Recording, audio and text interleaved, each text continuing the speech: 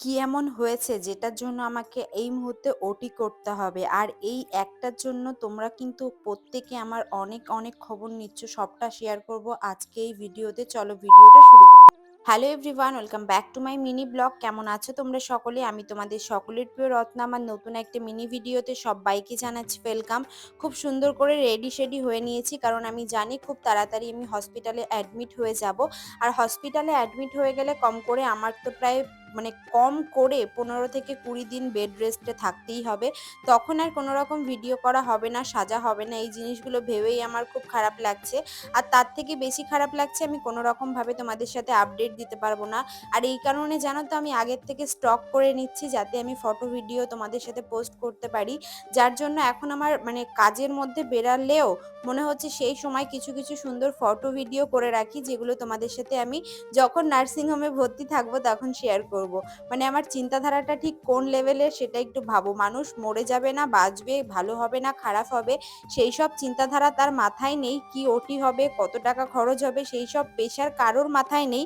Basically আমার মাথায় নেই, কিন্তু আমার চিন্তা কি করে আমার ফেসবুকটাকে ঠিক রাখতে হবে, তোমাদের সাথে ঠিকঠাক সুন্দর ভিডিও ফটো পোস্ট করতে হবে, সেই সব চিন্তায় আমার এখনের থেকেই ঘুম হচ্ছে না।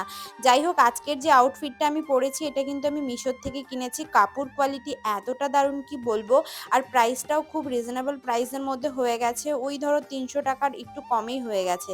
তো তোমাদের যদি কারোর লিংক লাগে অবশ্যই জানিও। আর আজকে আমি একটুখানি আসবো হচ্ছে ঠাকুরবাড়িতে। এটা আগের থেকেই প্ল্যানিং ছিল, কিন্তু ঠাকুরবাড়িতে আসবো ফটো তোলার জন্য এই প্ল্যানিং না, একটু কাজের জন্যই ছিল।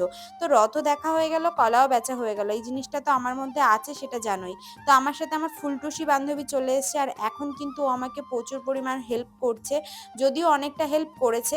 তো যাই হোক, এদিকে দেখো, এদিকে এই ব্যাকগ্রাউন্ডটা দেখে আমার এতটা ভালো লাগছিল। এখানে অনেক সুন্দর সুন্দর ফটো ভিডিও আমি করেছি অলরেডি, সেগুলো তোমরা কিন্তু আমার ফেসবুকে দেখে নিয়েছো। আর এদিকে আমার বান্ধবীকে দেখো, ওর স্কিনটা এতটা ভালো, এতটা ভালো, এতটা ভালো যেটা বলে বোঝানোর মতন না। এতটাই সুন্দর ওর স্কিন টোনটা। আর এদিকে দেখো, রোদ্রের মধ্যে আমি কালো হয়ে যাব সেটা ভেবে আমার চিন্তা নেই, কিন্তু ওর চিন্তা অনেকটা। যাই হোক, আমি চলে আসলাম আমাদের ঠাকুরনগর সিটি ক্লিনিকে। কি কারণে আসলাম বলবো। Later. সিটি ক্লিনিকে গেছিলাম। সিটি ক্লিনিকে যাওয়ার পর সেখানে আমার কিছু প্রেসক্রিপশন ছিল, সেইগুলো নিলাম। আর আমি সিটি ক্লিনিকে একটা ডক্টর দেখাচ্ছি, কারণ আমি একটা না ৩-৪টে ডক্টর দেখিয়ে ফেলেছি অলরেডি। বেশি টাকা থাকলে যেটা হয় আর কি। আসলে কথাটা হয়তো তোমরা এইভাবে নেবে, কিন্তু বিষয়টা কিন্তু সেরকম না।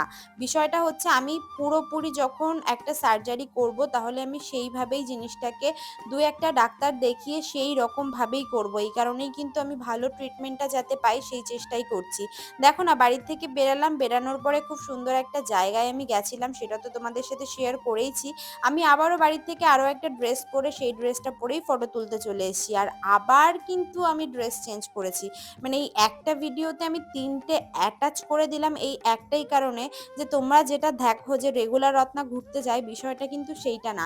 আমি আমার কাজে তো বেরাই, কিন্তু আমি আমার কাজের সাথে সাথে আমার প্রফেশনটাকেও ঠিক রাখি, যাতে সেখানটায় লাল বাতি জ্বলে না যায়। আর আমাদের এই রাস্তা ছোটবেলার থেকে দেখে যাচ্ছি, এই রাস্তা এইরকমই, ভবিষ্যতে মনে হয় না কোনোদিন আর ঠিক হবে। ভোট মানুষ ভোট এমন জায়গায় দেয়, দরকার হলে নতুন সরকারও এসেছে আমাদের, কিন্তু আমাদের রাস্তার পরিবর্তন ভবিষ্যতে আর মনে হয় না কোনোদিনই হবে।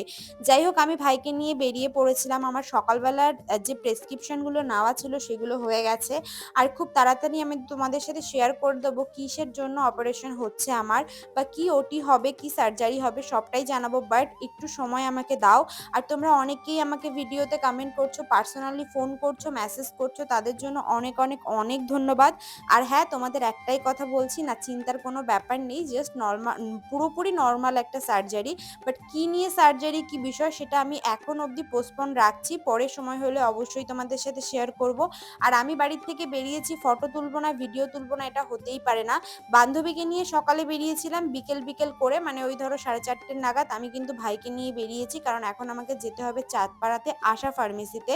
সেখানে আমি কেন যাব সেটাও তোমাদের সাথে শেয়ার করব। তার আগে তোমরা একটু দেখো ব্যাকগ্রাউন্ডটা।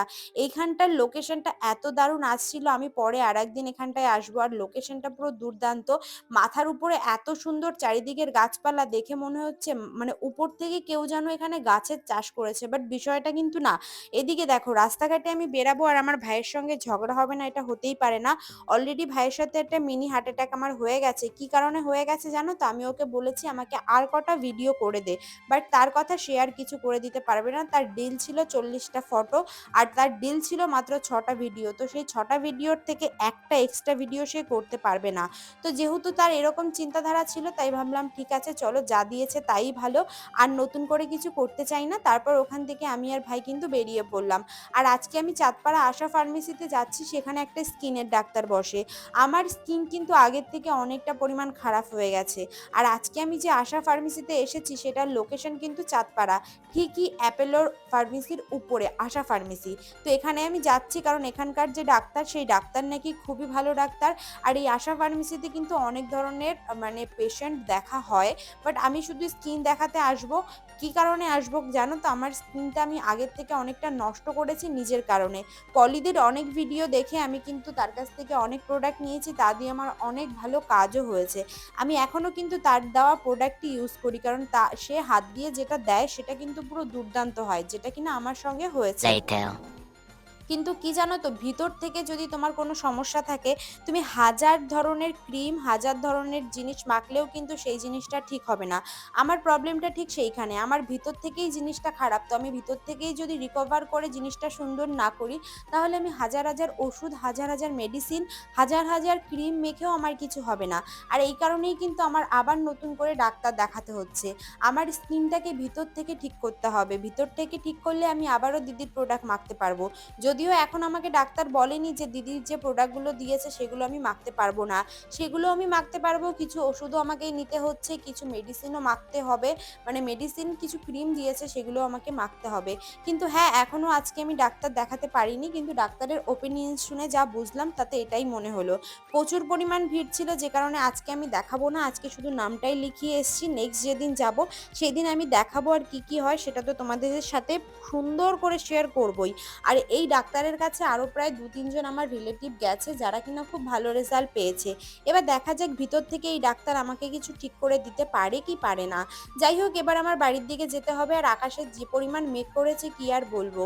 আর এই যে কিছুদিন ধরে তোমরা শুধু মানে দেখছো আমাকে হসপিটালের ভিডিও, হ্যাঁ আমি এখনো অ্যাডমিট হইনি।